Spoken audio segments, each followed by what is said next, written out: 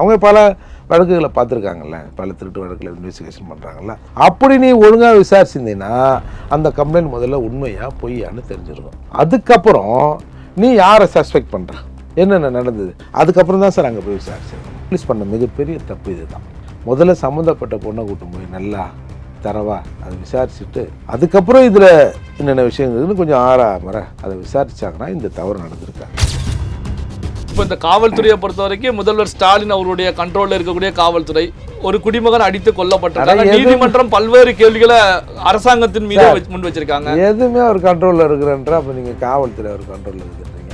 இந்த நாட்டில் நடக்கிற எதுவுமே நம்ம முதல்வருக்கு தெரியாது சார். எல்லாம் அதிகாரிகளாக முடிவு பண்ணி சொன்னாங்கன்னா அப்படியா ஐயா நேற்று வெள்ளி மழை பெஞ்சது ஐயா தமிழ்நாட்டில், அப்படியா எத்தனை கிலோ பெஞ்சிருக்கும் அப்படின்னு கேட்டால் கூட கேட்பாரு நம்ம முதல்வர்.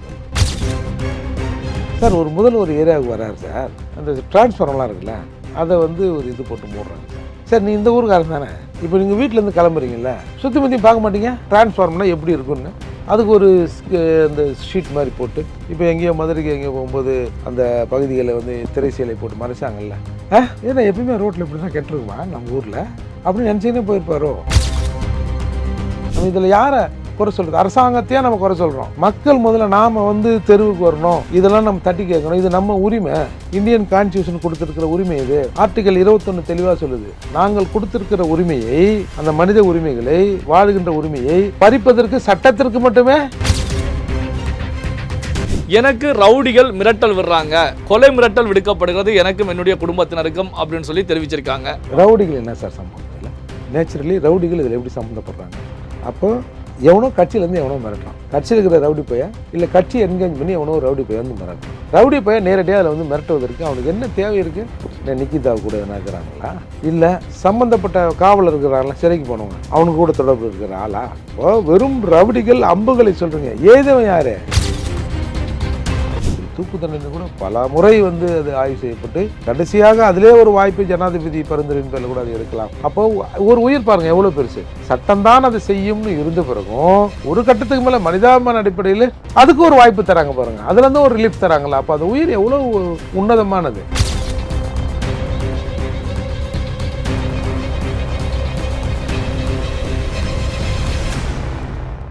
ரியல் ஒன் நண்பர்கள் உறவுகள் அனைவருக்கும் வணக்கம். முக்கியமான செய்திகள் பலவற்றை பகிர்ந்து கொள்ள நம்மோடு இணைந்திருப்பவர் புரட்சி தமிழகம் கட்சி தலைவர் வழக்கறிஞர் ஏர்போர்ட் மூர்த்தி அவர்கள். வணக்கம் சார். இப்போது அஜித்குமார் கொலை வழக்கு, அதாவது பார்த்தீங்கன்னா காவல்துறையினரால் அடித்து கொல்லப்பட்ட அஜித்குமாருடைய விவகாரத்தை பொறுத்த வரைக்கும் அதில் சம்பந்தப்பட்ட பெண் நிகிதா வீடியோ வெளியிட்டிருக்காங்க. அந்த வீடியோவில் நடந்த சம்பவத்தை சொல்லியிருக்காங்க. நீங்களும் அந்த வீடியோவை பார்த்துருப்பீங்க. ஸோ வண்டியில் காரில் நாங்கள் ஸ்கேன் சென்டருக்கு செல்கிறோம், செல்லக்கூடிய வழியில் அம்மா கோயிலுக்கு போயிட்டு சாமி கும்பிட்டு போகலாம் அப்படின்னு சொன்னதுனால கோயிலுக்கு போகிறோம். இந்த சாவியை பொறுத்த வரைக்கும் முதல்ல வண்டியை பார்க் பண்ணுவதற்கு அஜித்குமார் இடத்துல இந்த சாவியை கொடுக்குறோம். அதன் பிறகு இந்த சாவி பூசாரியிடம் உள்ள அர்ச்சனைக்கு செல்கிறது. அதன் பிறகு சாவியை பொறுத்த வரைக்கும் பெர்மனன்ட் ஸ்டாஃப் ஒருத்தர் வாங்கி கொடுக்குறாங்க அப்படின்னு இந்த சாவி 3 கை மாறி இருக்கிறது. அதே நேரத்தில் பார்த்தீங்கன்னா நாங்கள் நார்மலாக வீட்டில் இருக்கக்கூடிய உடையில் தான் ஸ்கேன் சென்டருக்கு கிளம்பினோம் அப்படிங்கிற கருத்துக்களையும் முன்வைக்கிறாங்க. அதே நேரத்தில் அவருடைய தாயாரை பொறுத்த வரைக்கும் 10 சவரன் நகையை ஜுவல்ஸ் அணிஞ்சிருக்காங்க அப்படிங்கிற கருத்துக்களையும் முன்வைக்கிறாங்க. அவருடைய பேச்சே ஒரு முரண்பாடாக இருப்பதாக தோன்றுகிறது. நீங்கள் எப்படி பார்க்குறீங்க? 10 சவரன் நகைன்றது ஒன்றும் பெருசு இல்லை சார். ஒரு 100 சவரன் நகையோடு நான் போனேன் அப்படின்னா அம்மா நீ வெளியில் போகும்போது போட்டு போகிறலாம். 10 சவரன் வீட்டில் இயல்பாக போடுறது தானே, அதெல்லாம் ஒன்றும் பிரச்சனை இல்லை சார். உங்களுக்கு ஒரு செயின் போட்டிருந்தாலும் 4-5 சவரம் ஆகிடுது இல்லை. ஒரு 2 வளையல் போட்டிருந்தா கூட அது ஒரு ஜோடி வளையல் குறைஞ்சது ஒரு 4 சவரம் 5 சவரம்லாம் போட்டால் தான் அது பெண்ட் ஆகாமல் இருக்கும். அதனால் ஒரு 10 சவரம் நகைங்கிறதுலாம் ஒரு பெரிய விஷயம் இல்லை. நம்ம சாதாரணமாக நான் வீட்டிலேருந்து கிளம்பி வந்தேன் 50 சவரம் நகை போட்டிருந்தேன்னா தான் சும்மா எப்படி வீட்டில் 50 சவரம் நகை போட்டு உட்காந்துருப்பேன் அப்படின்ற கேள்வி வரும். அந்த மாதிரி நீங்கள் சொல்கிற இந்த சாவி அர்ச்சனை தட்டில் வச்சது, அப்புறம் அது வெறும் தட்டை சாமியார் எடுத்துன்னு வந்தார், சாமி பூசாரி எடுத்துன்னு வந்தாருன்றதுலாம் அது இயல்பாக நடக்குது. ஏன்னா சாவி கொண்டு போய் அந்த எந்த சிலை இருக்கோ அது காலில் வைக்கிறது கீழே வைக்கிறது அப்படி தான் நினைப்பாங்க. அப்புறம் அந்த தீபாவளி காட்டு தட்டை தந்து ஊற்றுலாம், அதெல்லாம் ஒன்றும் பிரச்சனை இல்லை சார். இல்லை, அது புதிதாக ஒரு வண்டி வாங்கினோம் அப்படின்னா சாமி காலில் அர்ச்சனைக்கு கொடுப்பது, சாமி காலில் வைப்பது இயல்பான ஒரு விஷயந்தான். ஏற்கனவே நம்ம யூஸ் பண்ணிக்கிட்டு இருக்கக்கூடிய ஒரு கார் இல்லை. ஒரு கோயிலுக்கு போகிறோம், அதில் கொஞ்சம் ஒரு பிளெஸ்ஸிங் வரணும்னு அது அவங்கவுங்க திருப்தி தானே. இப்போ புதுசாக கார் வாங்கி போய் எத்தனை கோயிலில் வச்சு அர்ச்சனை பண்ணுறோம், ஆக்சிடென்ட் ஆகாதா? கோயிலேருந்து எடுக்கும்போது எத்தனை வண்டி ஆக்சிடென்ட் ஆகுது, பிரேக்கை மிதித்து போல ஆக்சிலேட்டை மிதிச்சு அதெல்லாம் அது சார் மதம் என்பதே ஒரு நம்பிக்கை தானே. அதில் நாம் வந்து நான் என்னை பொறுத்தவரைக்கும் நிக்கிதான்ற அந்த அம்மா பேரில் நான் ஒன்றும் பெருசாக அலிகேஷன் சொல்வதற்கெலாம் இல்லை. 2011 காலகட்டத்தில் இருக்கட்டும் சார், என்ன சொல்ல வரீங்க, சீட்டிங்கன்றீங்க, பண மோசடியில் ஈடுபட்டாங்க அப்படின்னு சொல்லி இப்போ 4-5 பேர் புகார் கொடுத்துருக்காங்க. இருக்கட்டும், சீட்டிங்கில் ஈடுபட்டால் நாங்கள் காணாம போகக்கூடாதா? இல்லை சீட்டிங்கில் ஈடுபட்டா நான் வந்து என்னை யாராவது அடிச்சா நான் போய் புகார் கொடுக்க மாட்டேன், என் செயினை எடுத்துகிட்டு போனால் கூட நான் சீட்டிங்கில் இருக்கிறேன், செயினை வந்து பறி போனதை நான் கொடுக்க மாட்டேன்லாம் இல்லை. சி, ஒரு கம்ப்ளைண்ட், நகை வந்து நான் காரில் வச்சுருந்தேன், இந்த கார் சாவியை செக்யூரிட்டி வாங்கி போனார், நான் திரும்பி சில மணி நேரம் கழித்து பார்க்குற போது நகை இல்லை, இதுதான் கம்ப்ளைண்ட் சரியா? அது அந்த கம்ப்ளைண்ட் உண்மையாக இருக்கலாம், இல்லை நகை வேறங்க கூட விட்டு வந்திருக்கலாம், இல்லை வேறுனே பொய்யாக கூட சிலர் கம்ப்ளைண்ட் கொடுப்பாங்க, அந்த மாதிரி கூட கொடுத்துருக்கலாம், இல்லை உண்மையாலுமே நகையோடு இவ வந்தவா ஸ்கேன் சென்டருக்கு போனால் அங்கே எங்கேயாவது மிஸ் ஆகிருக்கலாம். இதை கண்டுபிடிக்க வேண்டியது யாரோட பொறுப்பு? காவல்துறையுடைய கடமை பொறுப்பு. இப்போ நீங்கள் சிலர் வந்துங்க இந்த மாதிரி காவல்துறையில் யாரோ ஒருத்தன் வந்து என்னை தாக்கிட்டான், இப்போ நீங்கள் இந்த எங்கள் வீட்டில் வந்து இந்த மாதிரி கட்டி போட்டு நகையை கொள்ளையடிச்சிட்டு போயிட்டாங்க அப்படி இப்படிலாம் புகார் கொடுக்கும்போது போலீஸ் என்ன பண்ணுறாங்க, அந்த மாதிரி சில விஷயங்கள் நடக்கலைன்னு சில விஷயங்களை ப்ரூவ் பண்ணி ஆமாம்மா நான் வந்து என் பொண்டாட்டி ஏமாத்து, என் புருஷனை ஏமாத்து, எங்கள் அம்மாவை ஏமாத்துறதுக்கு நான் பொய்யாக புகார் கொடுத்தேன்லாம் சொல்ல வைக்கிறாங்கல்ல. அது விசாரணையின் அடிப்படையில் அது எடுத்துருக்கணும். ஒரு புகார் கொடுத்தாங்கன்னா சரி அவனை கூப்பிட்டு விசாரித்து, இல்லை இது உண்மையிலே இந்த பொம்பளை மேலே, ஏன்னா இப்போ நீங்கள் வந்து புகார் கொடுத்தோடனே இப்போ இந்த பொம்பளையும் விசாரிச்சிருப்பாங்க, விசாரித்த உடனே அப்போ முன்னுக்கு பின் முரணாக 4 வார்த்தை சொல்லுதுன்னு வச்சுக்கோங்க. ஒன்றும் இல்லை சார், நீங்கள் இப்போ கூட சார் இங்கேருந்து ஏதாவது ஒரு பொருள் காணாமல் போச்சுன்னு ஒரு கம்ப்ளைண்ட் கொடுங்களேன், 10 பேர் உங்களை விசாரிப்போம். ஒரு ஆளுக்கிட்ட சொன்னதான் நீங்கள் சொல்லுவீங்க. ஒரு கேமரா காணாமல் போச்சுன்னா சார் கேமரா காணாமல் போச்சு, இது இந்த பையில் இருந்து சார், இந்த கலர் பை சார், இங்கே வச்சுட்டு போனோம் சார், வெளியில் வந்த அர்ஜென்ட்டில் வெளியில் வாசலுக்குள்ளே கேட்டாண்ட வச்சுட்டேன் சார், இப்படி உள்ளே ஏதோ ஒரு அர்ஜென்ட்டுக்கு வந்தேன், ஒரு 10 நிமிஷம் கழிச்சு போய் பார்த்தா பேக் இல்லை. இதை ஒரு ஆளுக்கிட்ட சொல்கிறோம்ல, இதை 10 பேர் உங்களை கேட்பாங்க. அப்போது ஏன் கேட்குறாங்கன்னா அவங்களுக்கு விளங்காமல் இல்லை, நீங்கள் சொல்கிற விதம் நம்பும்படி இருக்கா, அந்த 10 பேருக்கும் திருப்தி இருக்கா, நீங்கள் மாறி மாறி ஏதாவது சொல்கிறீங்களா? அப்போ மாறி சொல்கிற போது இது நிஜமாகவே ஒரு கம்பெனியை ஏமாத்துறதுக்கு கேமராவை இவரே ஏதோ பண்ணிவிட்டு பண்ணுறாரு அப்படின்னு அவங்க பல வழக்குகளை பார்த்துருக்காங்கல்ல, பல திருட்டு வழக்குகளை இன்வெஸ்டிகேஷன் பண்ணுறாங்கல்ல. அப்படி நீ ஒழுங்காக விசாரிச்சிருந்தீங்கன்னா அந்த கம்ப்ளைண்ட் முதல்ல உண்மையாக பொய்யான்னு தெரிஞ்சிருக்கும். அதுக்கப்புறம் நீ யாரை சஸ்பெக்ட் பண்ணுற, என்னென்ன நடந்தது, அதுக்கப்புறம் தான் சார் அங்கே போய் விசாரிச்சிருக்கணும். போலீஸ் பண்ண மிகப்பெரிய தப்பு இது தான். முதல்ல சம்மந்தப்பட்ட பொண்ணை கூட்டும் போய் நல்லா தரவா அதை விசாரிச்சுட்டு அதுக்கப்புறம் இதில் என்னென்ன விஷயங்கள்னு கொஞ்சம் ஆறாமற அதை விசாரித்தாங்கன்னா இந்த தவறு நடந்திருக்காது. ஏதோ ஒரு ப்ரெஷரில் ஏய் அதை எப்படியாவது ரெக்கவர் பண்ணி கொடுங்கயா அப்படின்னு ஏதோ ஒரு ப்ரெஷர், அந்த ப்ரெஷரில் கண்ணாமண்ணு ஸ்பெஷல் டீம் அடித்து சித்திரவதை பண்ணி இன்றைக்கி வந்து இப்படி மானங்கட்டு நிற்கிறாங்க. இப்போ இந்த காவல்துறையை பொறுத்த வரைக்கும் முதல்வர் ஸ்டாலின் அவருடைய கண்ட்ரோலில் இருக்கக்கூடிய காவல்துறை, ஒரு குடிமகன் அடித்து கொல்லப்பட்டிருக்காங்க, நீதிமன்றம் பல்வேறு கேள்விகளை அரசாங்கத்தின் மீது முன் வச்சிருக்காங்க. எதுவுமே அவர் கண்ட்ரோலில் இருக்கிறன்ற அப்போ நீங்கள் காவல்துறை அவர் கண்ட்ரோலில் இருக்குதுன்றீங்க. இந்த நாட்டில் நடக்கிற எதுவுமே நம்ம முதல்வருக்கு தெரியாது சார்.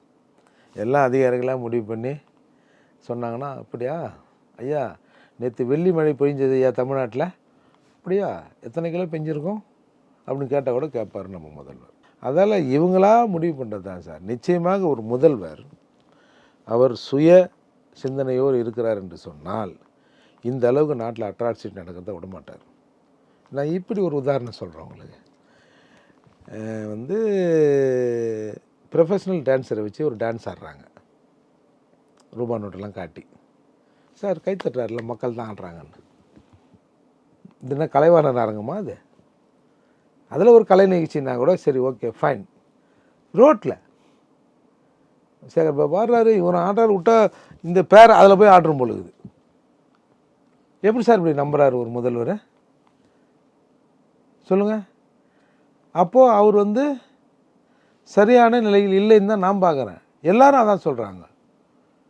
இது வரைக்கும் தமிழக வரலாற்றில் இந்த மாதிரி நடந்திருக்கா? ஒரு கலை நிகழ்ச்சியில் நடக்கும்.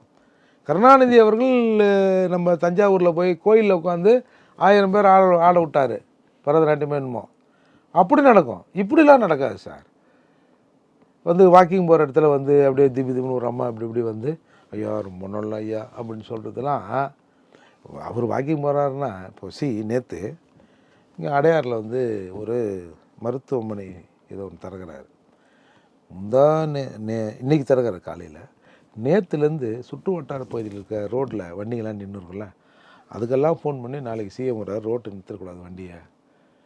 வீட்டுக்காரர் வீட்டில் அப்புறம் இடம் இல்லை, வெளியில் எங்கள் வீட்டில் பார்க் பண்ணு வச்சுக்க, எல்லா வண்டிகளையும் எடுத்து நீ வேற எங்கன்னா வைங்க, சிஎம் போன பிறகு போட்டுங்க அப்படின்னு நேற்றுலேருந்து இப்போ டிராஃபிக் போலீஸுக்கு இதான் வேலை. இப்போ வராரு சார், ஒரு ஏரியாவுக்கு வராரு சார், அந்த டிரான்ஸ்ஃபார்மர்லாம் இருக்குல்ல அதை வந்து ஒரு இது போட்டு மூடுறாங்க சார். சார் நீ இந்த ஊருக்காரன் தானே, இப்போ நீங்கள் வீட்டிலேருந்து கிளம்புறீங்கள, சுற்றி முற்றியும் பார்க்க மாட்டீங்க டிரான்ஸ்ஃபார்மர்னால் எப்படி இருக்குன்னு? அதுக்கு ஒரு அந்த ஷீட் மாதிரி போட்டு, இப்போ எங்கேயோ மதுரைக்கு எங்கேயோ போகும்போது அந்த பகுதிகளில் வந்து திரைசீலை போட்டு மறைச்சாங்கல்ல, ஏன்னா எப்பயுமே ரோட்டில் இப்படி தான் கெட்டுருக்குமா நம்ம ஊரில் அப்படின்னு நினச்சிக்கினே போயிருப்பாரோ? அப்போது அவர் இஸ் நாட் எ நார்மல் பர்சனாக இருக்கிற மாதிரி நமக்கு தெரியல. இப்போ இந்த அஜித்குமார் கொலை சம்பவத்தை பொறுத்த வரைக்கும் ஒரு பெரிய கொலையே நடக்கிறது, தமிழகமே வந்து கொந்தளிக்கக்கூடிய அளவில் மீடியாக்கள் இந்த செய்திகளை இது பண்ணுறாங்க. தமிழகம் வந்துருச்சுதா எங்க சார் சொல்லுங்க பார்ப்போம். இல்லை, இந்த செய்தி வந்து சோசியல் மீடியாக்கள்ல பெரிய அளவில் வைரல் ஆகிட்டு இருக்கு. நீதி வேண்டும் அப்படிங்கிற ஹேஷ்டேக் எல்லாம் ட்ரெண்ட் ஆகிட்டு இருக்கு. உங்களுக்கு வேலை வெட்டி இல்லை, நிறைய பேர் சேனலை திறந்துட்டீங்க, உங்களுக்கு ஏதாவது ஒன்று போட்டாகணும். மெயின் ஸ்ட்ரீம் மீடியாக்கள் பெரும்பாலும் இதை வந்து வெளியில் சொன்னால் அது வந்து கேபிளில் முன்னையா பின்னையான்னு ஒரு சிக்கல் அவங்களுக்கு இருக்குது.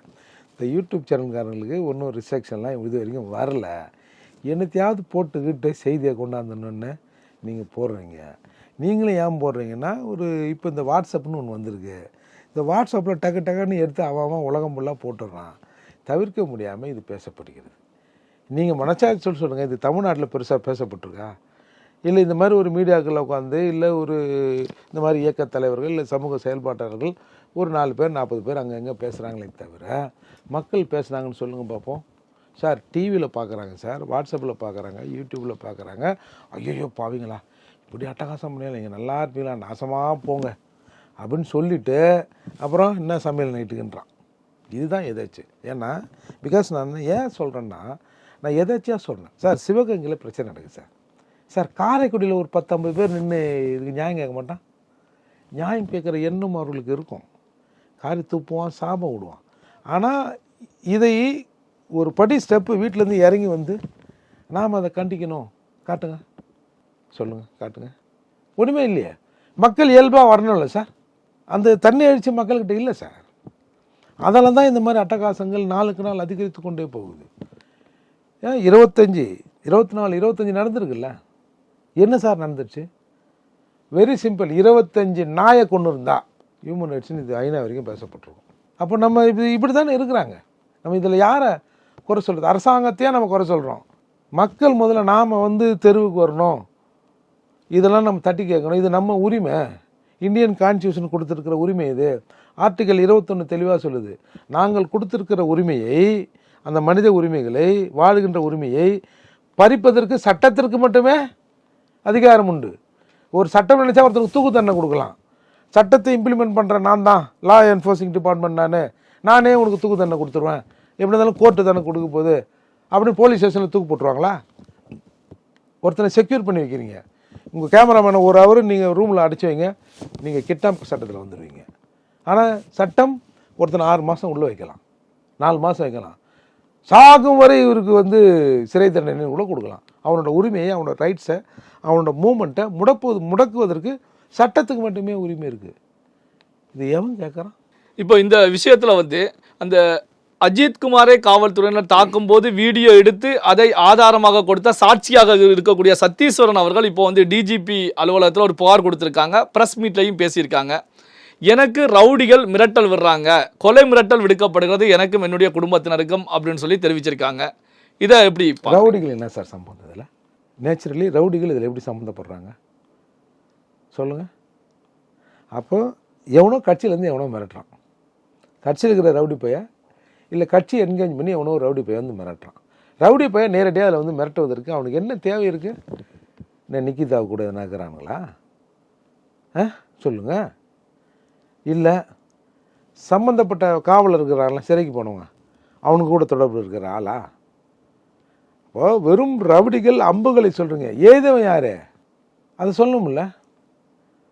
அதை சொன்னால் இருக்கிற தம்பிக்கு இன்னும் கூடுதல் நெருக்கடியாக வரும் அப்படின்னு ஒரு ரவுடிகள்னு ஒரு பேரை சொல்கிறாரே தவிர இது சம்மந்தப்பட்ட யாரோ தானே ஆளை வச்சுருக்கணும். இல்லை அந்த திமுககாரங்க வந்தவங்க போனவங்க என்னையா தொடர்ந்து இந்த வீடியோ இல்லைன்னா சார் அந்த வீடியோ கண்டு இல்லைன்னா இந்த அளவுக்கு இது ஒரு கொந்தளிப்பை ஏற்படுத்தியிருக்காரு. அந்த அடிக்கிறதை பார்க்குற போது ஜனங்க இதெல்லாம் ரொம்ப அநியாயம். இப்போ நீதிபதியே சொல்கிறாருல, ஒரு நாடு தன்னுடைய குடிமகனை கொலை செய்திருக்கிறது. போய் எதில் அடிச்சிங்க? பிவிசி பைப்பில் அடிச்சோங்க. பிவிசி பைப்பில் அடிச்சா இப்படி தினத்தில் காயம் வருது. ஏன்னா இவங்க என்ன தான் நீதி, அதாவது நீதியை கூட கண்ணை கட்டி மறைச்சிடலாம் சார். நீதிபதிகளை நீ எப்படி மறைப்பேன்? சட்டத்தில் இருக்கிற ஓட்டையை பயன்படுத்தி நீ எதாவது 4 வார்த்தை சொல்லிக்கலாம். ஒரு நீதிபதி தெளிவாக இருக்கிற போது அவருக்கு தெரியாது எதில் அடித்தா ரத்தம் வரும்னு. மிளகா அப்படி எதுக்கே அங்கெல்லாம் திரும்பி போட்டிங்கன்னு கேட்குறாரு. என்ன பதில் சொல்லுவீங்க நீங்கள்? இல்லை நாங்கள் கூட்டினே போக சொல்ல அவர் மிளகாத்தூள் ஊஞ்சிட்டாருன்னு சொல்லுவியா? கிச்சனில் வரட்டணும் மிளகாத்தூள் ஊஞ்சிட்டா அது அவரோட ஆணுறுப்பில் பட்டுச்சுன்னுவியா?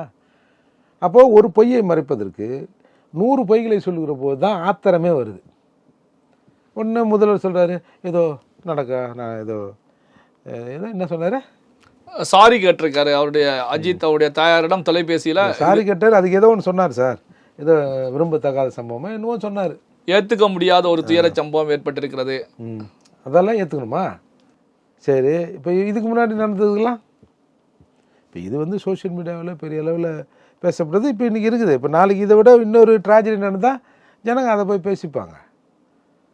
அதனால் என்னவோ இது இது ஒட்டுமொத்த சிஸ்டமும் கொலாப்ஸ் ஆன மாதிரி தான் நான் நினைக்கிறேன். இல்லை ஒரு மனசாட்சி உள்ள ஒரு அதிகாரி ஒருத்தன் கூட வந்துருக்க மாட்டான். என்னையா அப்படி போய் பண்ணுறீங்க, ஏதாவது சிக்கல் ஆகி போச்சுன்னா மாட்டிப்பையா, சட்டையை கவிட்டுருவாங்கயா, அப்புறம் எல்லாம் சஸ்பெண்ட் ஆகி எங்கன்னா வாட்ச்மேன் வேலைக்கு தான் போனோம் பார்த்துங்க அப்படின்னு சொல்கிறதுக்கு ஒரு ஆள் இல்லைங்க. இல்லை உங்களுக்கு இன்ஸ்ட்ரக்ஷன் கொடுத்தவர் அவ்வளோ பெரிய நபராக இருந்திருக்கணும். அந்த நபர் எது நடந்தாலும் பரவாயில்ல, அவர் அவ்வளோ பெரிய ஆள் நம்மளை பார்த்துப்பாருன்னு நினச்சிருக்கணும். அதை தான் நீதிபதிகள் சொல்கிறாங்க. நீங்கள் எஸ்பியோடு முடிக்கிறீங்க, அதற்கு மேலே யாரை காப்பாற்ற நீங்கள் முயற்சி பண்ணுறீங்க அப்படின்னு சொல்கிறாங்க. எதுவாக இருந்தாலும் சரி, ஒரு உயிரை பறிப்பதற்கு தனிநபர்களுக்கோ இல்லை அமைப்புகளுக்கோ அதிகாரம் இல்லை சார். அது சட்டத்துக்கு மட்டுமே தான் சார் இருக்குது. ஒரு தூக்கு தண்டனை கூட பல முறை அது ஆய்வு செய்யப்பட்டு கடைசியாக அதிலே ஒரு வாய்ப்பு ஜனாதிபதி பரிந்துரையின் பேரில் கூட அதை எடுக்கலாம். அப்போ ஒரு உயிர் பாருங்கள் எவ்வளோ பெருசு. சட்டம்தான் அது செய்யும்னு இருந்த பிறகும் ஒரு கட்டத்துக்கு மேலே மனிதாபிமான அடிப்படையில் அதுக்கு ஒரு வாய்ப்பு தராங்க பாருங்கள், அதுலேருந்து ஒரு ரிலீஃப் தராங்களா. அப்போ அந்த உயிர் எவ்வளோ உன்னதமானது. ஜஸ்ட் லைக் தட் நீங்கள் ஒரு 10,000 நகையை காணும் எவனோ ஒருத்தன் போன் பண்ணான்னு ஒருத்தனை மாடு அடிக்கிற மாதிரி அடித்து, மாடு அடித்தா கூட கொஞ்ச நேரம் ஜெயிலுக்கு போயிருப்பீங்க. ஒரு மனுஷனை அப்படி அசால்ட்டாக கொண்டுட்டு அவன் பொண்டாட்டி பிள்ளைங்களாம் அவர் வீட்டுக்காரர் சொன்னார், இந்த வீடியோ பாருங்கள், உன் வீட்டு பிள்ளைய ஒருத்தமே ஒருத்தன் அடிச்சானா, இப்போ நான் தான் போலீஸ் ஃபேமிலியை, உன் வீட்டு பிள்ளைய ஒருத்தன் அடிச்சானா நீ விட்டுருவியா? சாபம் விட மாட்டேன், செத்து போனோம் அவன் கை விளங்காமல் போனோன்னு மாட்டேன். அப்போது இது கூட நாம் அந்த காவலர்கள் தனிப்பட்ட காவலர்கள் இவனுங்க அராஜகவாதிகள்னு சொல்ல முடியாது சார். இந்த சிஸ்டம் கொலாப்ஸ் ஆனதால தான் சார் இவனுங்க பைப்பில்லை. சிஸ்டம் நம்ம மேலே நடவடிக்கை எடுக்கும். ஏன்னா ஊடு நகையை திருட்டான் சொல்லு, பர்சனலாக நிர்வாஞ்சி வைக்கிறதுக்கு. இந்த மாதிரி பல 100 கம்ப்ளைண்ட் பார்த்துருப்பேன். இதுக்கு மேலே 100, 200, 300 சவரம் திருட்டு போகிறதெல்லாம் ஹேண்டில் பண்ணிருப்பீங்கல்ல. அப்போது உங்களுக்கு இந்த சிஸ்டர்ஸின் மீது ஒரு அசால்ட் இருந்தது. பார்த்துக்கலாம் விட்றா. அதான் பல்வேறு முக்கியமான தகவல்கள் செய்திகளை நம்முடைய உறவுகளுடன் பகிர்ந்து கொண்டதற்கு நன்றி சார்.